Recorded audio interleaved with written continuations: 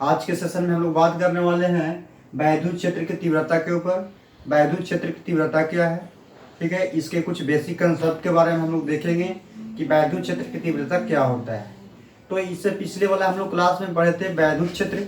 वैद्युत क्षेत्र क्या होता है, तो वैद्युत क्षेत्र के बारे में हम लोग देखे थे कि कोई एक आवेशित वस्तु को रख दिए और उस आवेशित वस्तु के पास कोई एक यूनिट चार्ज को पास ले गए, तो यूनिट चार्ज जो है उस आवेशित वस्तु के कारण वो फोर्स का अनुभव करता है, और जिस क्षेत्र तक उस फोर्स का जो अनुभव करता है उसी क्षेत्र को हम लोग बोले थे वैद्युत क्षेत्र। और वैद्युत क्षेत्र एक सदिश राशि है। यहाँ तक हम लोग बात कर चुके थे। देखिए, तो वैद्युत क्षेत्र की तीव्रता क्या होता है, तो मान लिया जाए कि कोई इलेक्ट्रिक फील्ड है, वैद्युत क्षेत्र है। मान लिया जाए कि यहाँ पे ये जो आपका है ये वैद्युत क्षेत्र है, ठीक है। और ये जो वैद्युत क्षेत्र है और ये वेक्टर क्वांटिटी है, इसका ये डायरेक्शन है, ये वैद्युत क्षेत्र है। और इस वैद्युत क्षेत्र में एक यूनिट चार्ज को रख देते हैं। चार्ज कैसा रहेगा, तो यूनिट चार्ज यानी इकाई चार्ज को रख देंगे, यानी एक कूलम आवेश वाला चार्ज को हम रख दिए। अब ये डिपेंड करता है कि आप प्लस चार्ज रख रहे हैं कि माइनस चार्ज। तो मान लिया जाए कि प्लस चार्ज को रख दिए, यानी एक कूलम आवेश को हम रख देंगे। इसका वैल्यू कितना होगा, Q इक्वल टू इसका वैल्यू होगा 1 कूलम, ठीक है। यूनिट चार्ज, इसको टेस्ट चार्ज भी हम लोग बोलते हैं। तो यहाँ से एक बताए थे, एक पॉइंट और याद कर लीजिएगा कि यदि इस वैद्युत क्षेत्र की डायरेक्शन इस ओर है और यदि हम धनात्मक चार्ज को रख रहे हैं, तो इसका जो डायरेक्शन होगा, जिस डायरेक्शन में वैद्युत क्षेत्र होगा उसी डायरेक्शन में इधर फोर्स लगेगा, ठीक है। और यदि हम माइनस चार्ज रख रहे हैं, माइनस चार्ज को रख रहे हैं, तो वैद्युत क्षेत्र के अपोजिट वाला डायरेक्शन में इसका फोर्स लगा था, ठीक है। तो ये हम लोग बात जान चुके थे। चलिए अब हम लोग देख लेते हैं कि वैद्युत क्षेत्र की तीव्रता क्या होता है, ठीक है। तो किसी भी वैद्युत क्षेत्र में यदि इकाई चार्ज को रख देते हैं, तो इकाई चार्ज पर वैद्युत क्षेत्र के द्वारा जितना फोर्स लगता है उसी को बोलते हैं वैद्युत क्षेत्र की तीव्रता। मान लिया जाए सपोज एक एग्जांपल के तौर पर देख लेते हैं कि मान लिया जाए कि यहाँ पे सब मान लीजिए बहुत से व्यक्ति यहाँ पे बैठे हुए हैं, ठीक है। बहुत सा व्यक्ति यहाँ पे ऐसे बैठे हुए हैं, ठीक है।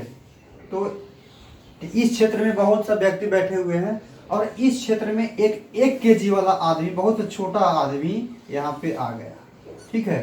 तो कहने का मतलब ये है कि ये जो व्यक्ति हैं, बड़ा सा व्यक्ति हैं, ये सभी व्यक्ति के द्वारा रेड कलर वाला, ठीक है, सभी इस पे फोर्स लगाएगा, इस पे फोर्स लगाएगा, इस पे फोर्स लगाएगा, इस पे फोर्स लगाएगा, इसके फोर्स लगाएगा, इस पे लगाएगा, इस पे फोर्स लगाएगा। यानी यूनिट पॉजिटिव चार्ज पर जो इलेक्ट्रिक फील्ड के द्वारा, इसको सब कुछ इलेक्ट्रिक फील्ड मान लीजिए, तो यूनिट पॉजिटिव चार्ज पर चार्ज कैसा रहना चाहिए, यूनिट इकाई चार्ज, यानी एक कूलम का चार्ज होना चाहिए। तो यहाँ पर एक कूलम भी हम लोग लिख सकते हैं, ठीक है, प्लस एक कूलम।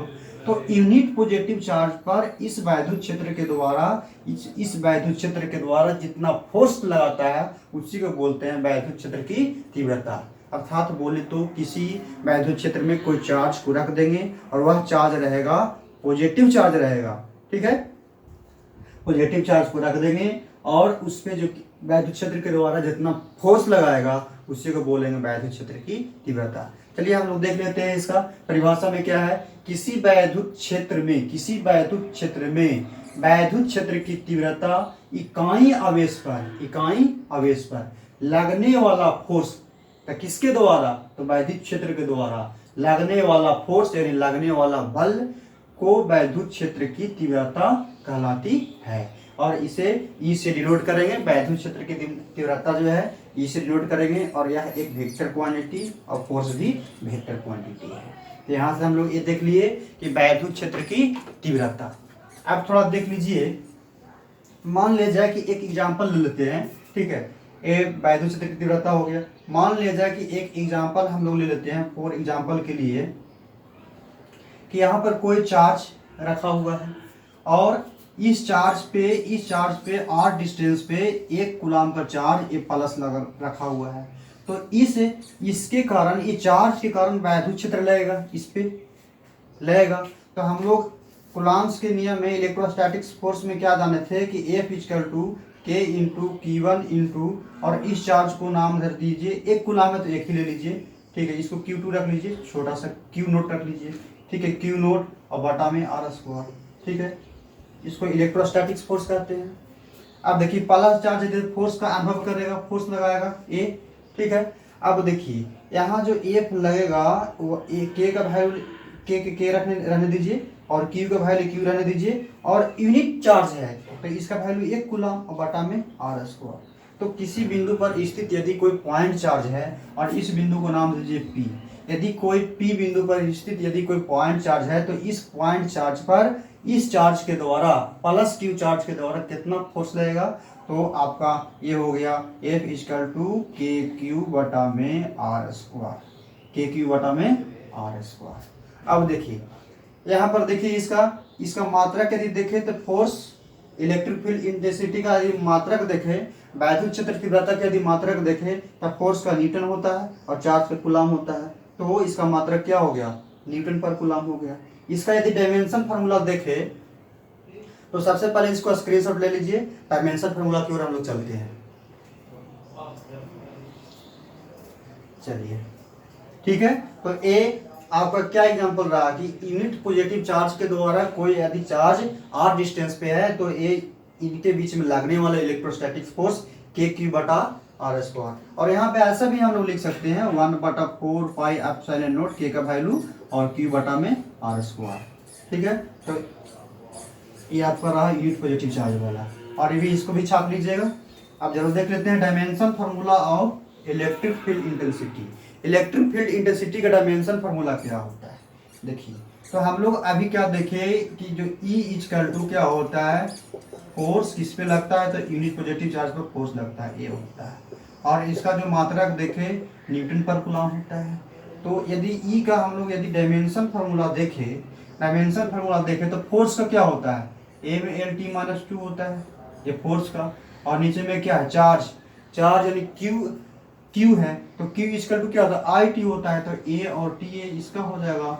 अब इसका यदि देखें तो M L T माइनस 2 ऊपर में है और A ऊपर में है और नीचे वाला ऊपर में चला जाएगा तो क्या होगा A माइनस 1 और T माइनस 1 A होगा। अब देखिए M L T, अब देखिए L इसमें है नहीं, A रह जाएगा -1 और T यहाँ -2 है और एक यहाँ भी है तो -3। तो अर्थात यदि हम बोले कि इलेक्ट्रिक फील्ड इंटेंसिटी का डायमेंशन फार्मूला क्या है तो M L T -3 A-1 electric field intensity का ये आपका डायमेंशन फार्मूला। हाँ, तो वैद्युत क्षेत्र की तीव्रता पे आधारित एक न्यूमेरिकल हम लोग कर लेते हैं।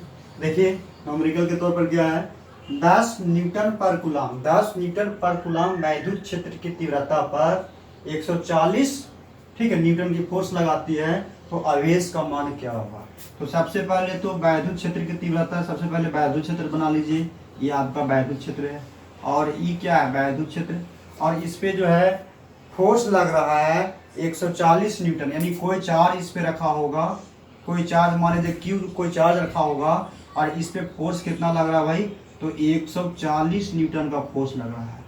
और इलेक्ट्रिक फील्ड इंटेंसिटी का वैल्यू जो है कितना है, वैद्युत क्षेत्र की तीव्रता 10 न्यूटन पर कूलम, यही है।